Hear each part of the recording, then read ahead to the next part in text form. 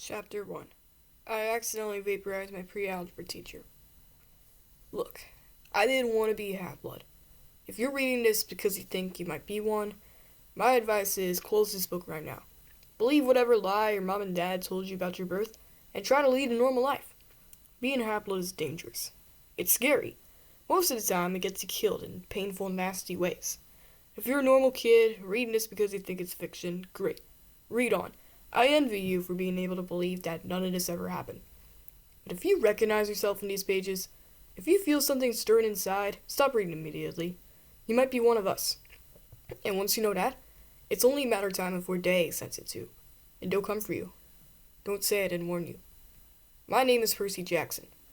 I'm 12 years old. Until a few months ago, I was a boarding student at Yancey Academy, a private school for troubled kids in upstate New York. Am I a troubled kid? Yeah. You could say that. I could start at any point in my short, miserable life to prove it, but things really started going bad last May, when our 6th grade class took a field trip to Manhattan. 28 mental case kids and 2 teachers on a yellow school bus, heading to the Metropolitan Museum of Art to look at ancient Greek and Roman stuff. I know. It sounds like torture. Most Yancey field trips were. But Mr. Brunner, our Latin teacher, was leading this trip, so I had hopes. Mr. Brunner was this middle-aged guy in a motorized wheelchair. He had thinning hair and a scruffy beard and a frayed tweed jacket, which always smelled like coffee. You wouldn't think he'd be cool, but he told stories and jokes and let us play games in class. He also had this awesome collection of Roman armor and weapons, so he was the only teacher whose class didn't put me to sleep. I hoped the trip would be okay. At least I hoped that for once I wouldn't get in trouble. Boy, was I wrong. See, bad things happen to me on field trips. Like in my 5th grade school when we went to the Saratoga battlefield.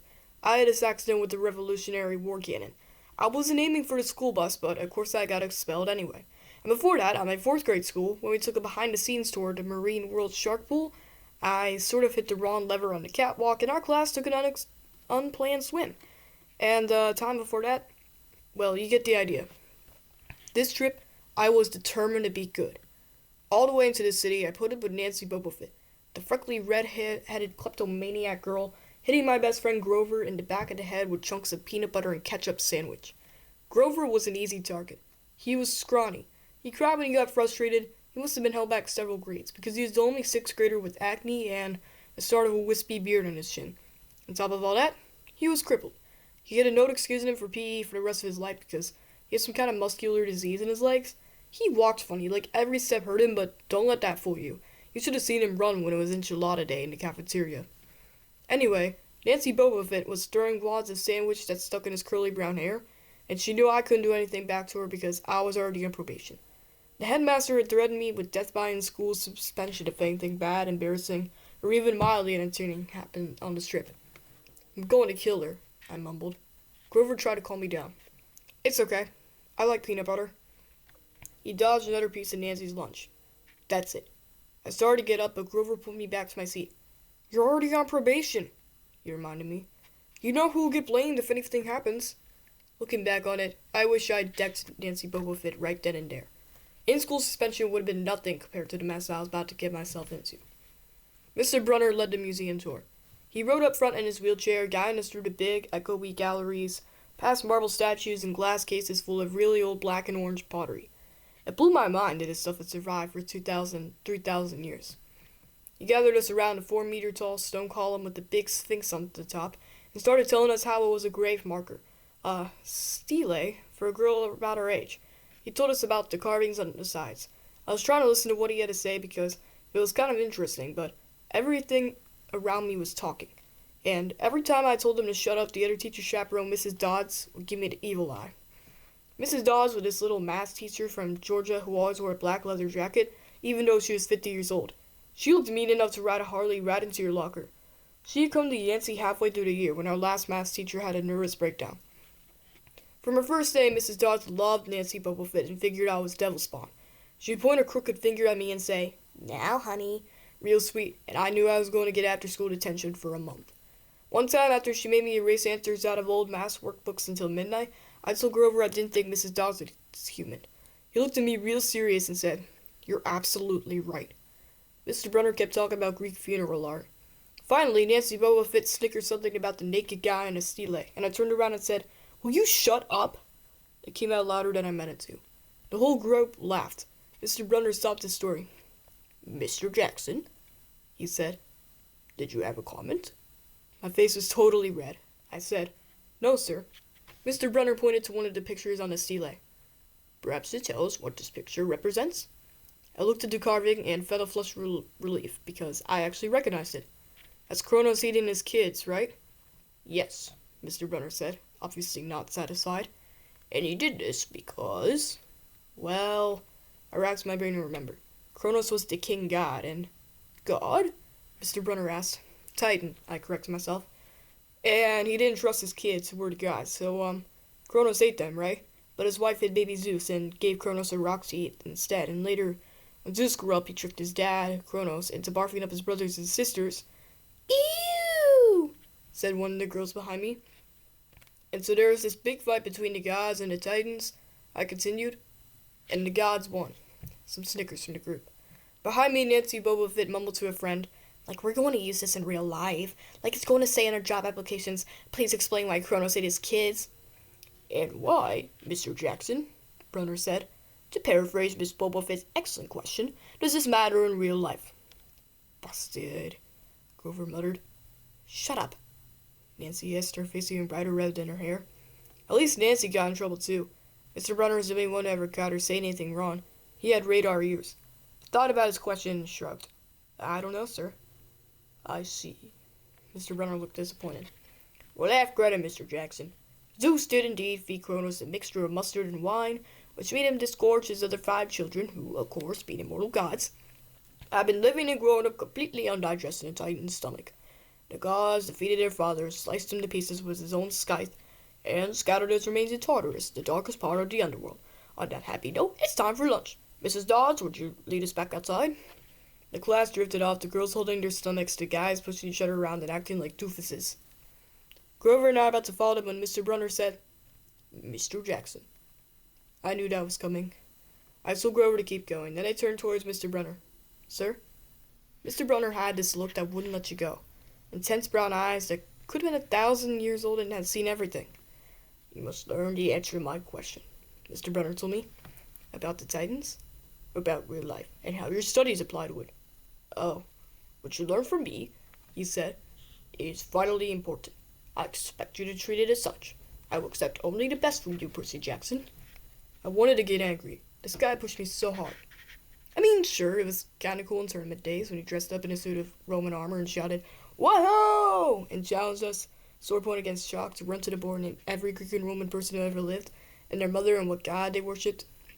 But Mr. Brunner expected me to be as good as everybody else, despite the fact that I had dyslexia and attention deficit disorder, and I had never made above a C- in my life. No, he didn't expect me to be as good, he expected me to be better, and I just couldn't learn all those names and facts, much less spell them correctly. He mumbled something about trying harder, while Mr. Brunner took one long sad look at the stele like he'd been at this girl's funeral. He told me to go outside and eat my lunch. The class gathered on the front steps in the museum, where we could watch the foot traffic along Fifth Avenue. Overhead, a huge storm was brewing, with clouds blacker than I'd ever seen over the city. I figure maybe it's global warming or something, because the weather all across New York State had been weird since Christmas. We'd had massive snowstorms, flooding, wildfires, some lightning strikes. I would have been surprised if there's a hurricane blowing in. Nobody else seemed to notice. Some of the guys were pelting pigeons with Lunchables crackers. Nancy Boba Fett was trying to pickpocket something from a lady's bag, and of course, Mrs. Dodds wasn't seeing a thing. Grover and I sat on the edge of the fountain, away from the others. We thought that maybe if we did that, everybody would know we were from that school, the school for loser freaks who couldn't make it elsewhere. "Detention?" Grover asked. "Nah," I said. "Not from Brunner. I just wish he'd lay off me sometimes. I mean, I'm not a genius." Grover didn't say anything for a while. Then, when I thought he was going to give me some deep philosophical comment to make me feel better, he said, "Can I have your apple?"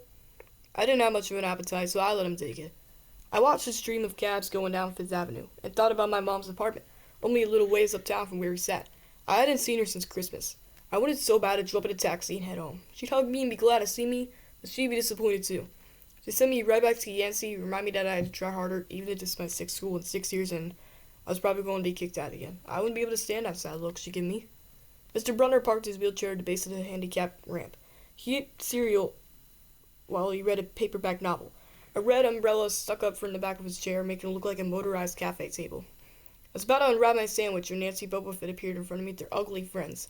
I guess she got tired of stealing from the tourists and dumped her half-eaten lunch in Grover's lap. Oops! She grinned at me through crooked teeth. Her freckles were orange as somebody had spray painted her face with liquid Cheetos. I tried to stay cool. The school counselor told me a million times, count to 10, get control of your temper. But I was so mad my mind went blank. A wave roared in my ears. I don't remember touching her, but the next thing I knew, Nancy was sitting on her butt in the fountain screaming, Percy, push me! Mrs. Dodds materialized next to us. Some of the kids were whispering, did you see? The water, like it grabbed her. I didn't know what they were talking about. All I knew was that I was in trouble again. As soon as Mrs. Dodds was sure poor little Nancy was okay, promising to get her a new shirt at the museum gift shop, etc., etc., Mrs. Dodds turned on me. There was a triumphant fire in her eyes that had done something she'd been waiting for all semester. Now, honey. I know, I grumbled. I'm up to raising textbooks. That wasn't the right thing to say. Come with me, Mrs. Dodds said. Wait! Grover yelped. It was me. I pushed her. I stared at him, stunned. I couldn't believe he was trying to cover for me. Mrs. Dodds scared Grover to death. She glared at him so hard his whiskery chin trembled. I don't think so, Mr. Underwood, she said. But you will stay here. Grover looked at me desperately. It's okay, man, I told him. Thanks for trying. Honey, Mrs. Dodds barked at me. Now. Nancy Bubblefoot smirked. I gave her my deluxe I'll kill you later stare. I then turned to face Mrs. Dodds, but she wasn't there. She was standing at the museum entrance, way at the top of the steps, gesturing impatiently at me to come on. How'd she get there so fast? I had moments like that a lot. My brain falls asleep or something, and next thing I know, I missed something, as if a puzzle piece fell out of the universe and left me staring at the blank page behind it. The school counselor told me that it's part of the ADHD. My brain misinterpreting things. I wasn't so sure. I went after Mrs. Dodds. Halfway up the steps, I glanced back at Grover. He was looking pale, cutting his eyes between me and Mr. Brunner like he wanted Mr. Brunner to notice what's going on, but Mr. Brunner was absorbed in his novel. I looked back up. Mrs. Dodds had disappeared again. She was now inside the building at the end of the entrance hall. Okay, I thought. She was going to make me buy a new shirt for Nancy at the gift shop. But apparently that wasn't a plan. I followed her deeper into the museum. When I finally caught up to her, we were back in the Greek and Roman section. Except for us, the gallery was empty. Mrs. Dodds stood with her arms crossed in front of a big marble frieze of the Greek gods. She was making this weird noise in her throat, like growling. Even without the noise, I wouldn't have been nervous. It's weird being alone with the teacher, especially Mrs. Dodds. Something about the way she looked at the frieze, as if she wanted to pulverize it. You've been giving us problems, honey, she said. I did the safe thing. I said, yes, ma'am. She tugged on the cuffs of her leather jacket. Did you really think you would get away with it? The look in her eyes was beyond mad. It was evil. She's a teacher, I thought nervously. It's not like she's going to hurt me. I said, I'll try harder, ma'am. Thunder shook the building. We are not fools, Percy Jackson, Mrs. Dodds said. It was only a matter of time before we found you out. Confess and you will suffer less pain. I didn't know what she was talking about. All I could think of was that the teachers must have found the illegal stash of candy I've been selling out of my dorm room. Or maybe they realized I got my essay on Tom Sawyer from the internet without ever reading the book, and now they're going to take away my grade. Or worse, they're going to make me read the book. Well? She demanded. Ma'am, Your time is up, she hissed. Then the weirdest thing happened. Her eyes began to glow like barbecue coals. Her fingers stretched, turning into talons. Her jacket melted into large, leathery wings. She wasn't human. She was a shriveled hag with bat wings and claws and a mouthful of yellow fangs, and she was about to slice me to ribbons. Then things got even stranger. Mr. Brunner, who had been out in front of the museum a minute before, wheeled his chair into the doorway of the gallery, holding a pen in his hand. What up, Percy? He shouted, and tossed the pen through the air. Mrs. Dawes lunged at me. With the yelp, I dodged and felt talons slash the air next to my ear. I snatched a ballpoint pen out of the air, but when it hit my hand, it wasn't a pen anymore. It was a sword, Mr. Brunner's bronze sword, which he always used on tournament day. Mrs. Dodds spun towards me, the murderous look in her eyes. My knees were jelly. My hands were shaking so bad I almost dropped the sword. She snarled, Die, honey! And she flew straight at me. Absolute terror ran through my body. I did the only thing that came naturally. I swung the sword. The metal blade hit her shoulder and passed clean through her body as she were made of water. Hiss! Mrs. Dodds was a sandcastle and a power fan. She exploded into yellow power, vaporized on the spot, leaving nothing but the smell of sulfur and a dying screech and a chill of evil in the air. As if those two glowing red eyes were still watching me. I was alone. There was a ballpoint pen in my hand.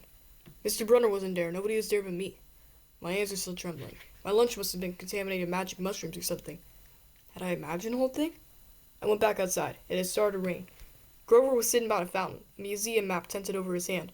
Nancy Bobofit was still standing there, soaked from her swim in the fountain, grumbling to her ugly friends. When she saw me, she said, "I hope Mrs. Care whipped your butt." I said, "Who?"